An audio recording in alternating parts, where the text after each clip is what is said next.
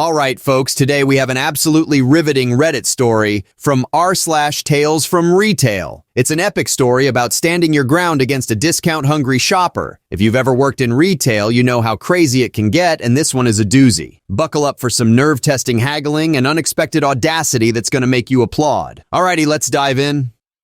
If a customer tells you something is cheaper, you honor it. Posted by Retail Therapy 6991. A few days ago, I had an encounter with an exasperating customer, and I'm still baffled by it. It's been a while since I posted, but I have accumulated several stories over the holiday season due to the sheer number of rude people. Anyway, let's proceed to the story. To provide some context, I work in the apparel department of my store, primarily at the register. This story took place a few nights ago when I was manning the register. Despite feeling unwell all day, I chose to come into work as I couldn't afford another sick day. To my relief, customers were generally considerate that night, seemingly noticing that I was sick. However, this particular woman was an exception. Around 9:30, this middle-aged woman approached my counter to purchase a few items, including several shirts from the men's department, some workout pants, and a few small bottles of wine. As I began ringing up her items, she presented a coupon for a buy one, get one free deal on the men's shirts. I scanned everything, calculated the total, and applied the coupon. When I informed her of her total, she stared at the screen in the manner that only genuinely troublesome customers can master. I could tell she was about to raise an issue the moment she opened her mouth, but the audacity of her statement took me by surprise. Let's refer to her as B for bold and perhaps a few other things. I'll be me naturally. B. So that's not enough of a discount after that coupon. I want more. I was genuinely puzzled by her statement. Me. Well, everything rang up at the price it was supposed to. I don't really know what you mean by not enough of a discount. Everything the coupon applied to, it took off. B. Yes, but it's still not enough. I thought it would work on the pants as well. The coupon in question clearly stated young men in men's shirts. There wasn't anything on the coupon indicating it applied to pants, so why she thought that was beyond me. Me. Oh, I see. The coupon is only applicable to men's shirts, and there isn't a coupon for pants this week. She kind of narrowed her eyes at me but didn't say anything else, so I assumed that was the end of it. I repeated her total again very politely, I may add. She ignored me and asked where our New Year's Eve jewelry was. We didn't have any specific New Year's Eve jewelry, only Christmas jewelry. I told her this, slightly puzzled by the shift in conversation since I had finished ringing her up and everything was bagged. B. Well, do you have any costume jewelry or stuff like that? I confirmed that we did and gave her directions to where they were, assuming she would go look once the transaction was completed. I was entirely mistaken. Without another word to me, she dashed in the direction I had indicated, leaving me with an incomplete transaction, feeling both sick in general and fed up with her unpredictable attitude. Added to that, I now had customers who had just lined up after she walked away, and I was incredibly annoyed. I explained the situation to the other customers and told them that they could check out at the main check stands at the front if they preferred. Thankfully, they didn't mind. I waited, probably for about 5 minutes. I'm not sure why the other customers stayed in line. I would have left long before then, when suddenly the woman returned holding 2 small, sparkly clutches, which were perfect for New Year's Eve, even if they didn't explicitly mention New Year's Eve. B. I found these, add them to my total. Me. Sure thing. So I added them to her transaction, placed them in the bag with the rest of her items, and told her the new total. She scrutinized the screen again, and I could feel my spirit sinking with how annoyed I was. B. No, those aren't cheap enough. Those jewelry bag things are supposed to be half off. I knew where this was headed, and I just wasn't in the mood. I felt bad for the other customers in line, but there was no way I was going to let this woman get away with an adjustment for something I knew full well wasn't on sale. Me. Ma'am, the jewelry is actually regular priced right now. It's not on sale. I'm sorry. B. So what was the sign over there then? It said 50% off all holiday jewelry. The answer lied within her question. All holiday jewelry, which is not what she had.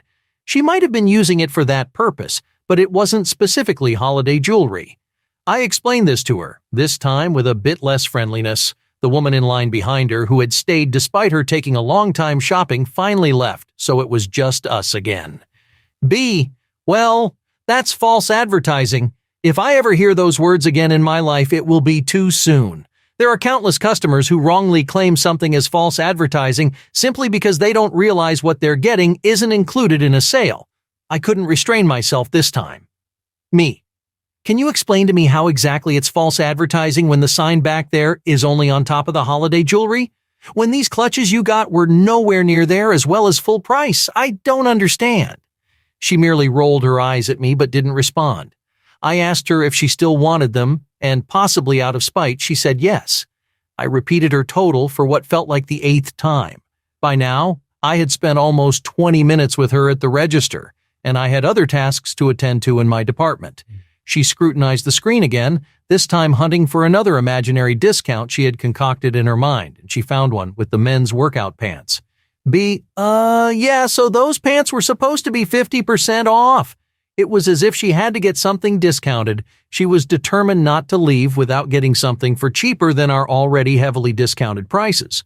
Moreover, our men's workout pants, especially the brand she had, were definitely not 50% off. They were 30% off, and I know this because I had set the ad for men's athletic wear that week. Me. Ma'am, I'm sorry to inform you, but no, they're not. They're only 30% off this week. I set the ad myself, so I definitely remember that. She merely sighed heavily, evidently annoyed. But at least she didn't argue. I waited for her to scrutinize the screen even more, but at last, she finally took out her money. I almost cried from relief. Just as she was about to hand me the money for the purchase, she did something so unthinkable that I'm still unable to fully process it.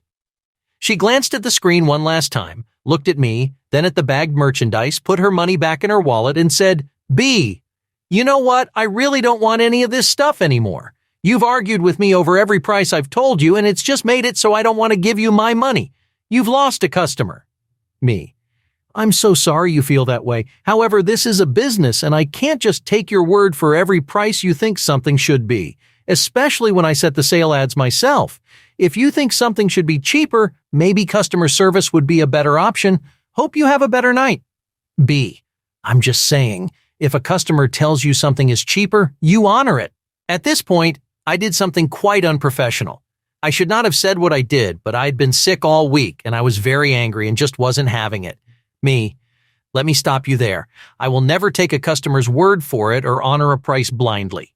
Expecting me to do that, especially with such significant adjustments, is ridiculous. You've had an issue with everything I've rung up for you because you didn't read the sale signs accurately, and that is not my fault. I won't adjust prices for you because you choose to ignore and pick and choose what you want. Have a good night. I remained at my register as she walked away.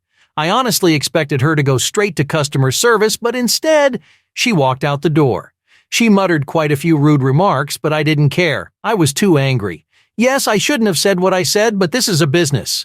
I don't care if you think I should honor random prices you conjure out of thin air because you want things to be cheaper. If you're looking for cheaper prices, you know where to shop, and it's not at my high-end store. People have been getting very crafty lately with prices and haggling, and I'm not going to engage in that. I believe I could have handled the situation better, but honestly, what else was there to do? I had to stand my ground, and I'm glad I did. If a manager talks to me, I'll explain what happened, and I know they'll support me. I'd rather lose a sale from a dishonest thief who would only be paying half the price than from an honest customer who accurately reads the sales and pays attention, as well as the regular price, and who doesn't try to swindle my store. I gotta tell you, I have seen some tough bargaining at flea markets, but this lady takes it to a whole new level. She's like the Picasso of haggling, redefining the art form. I mean, talk about optimism, right? Discount on pants, discount on jewelry. Maybe she should have asked for a discount on the whole store while she was at it, huh? It's like she walked into a high-end store expecting dollar store prices. The audacity. And the award for the best in I don't read sales signs category goes to, drumroll please, our star customer. Keep 'em coming, folks. Hey, wait! As always, don't forget to kindly tap the like button, share, subscribe, and let me know in the comments below what you would have done if you were in this situation. Stay safe out there in that crazy world. Much love, peace.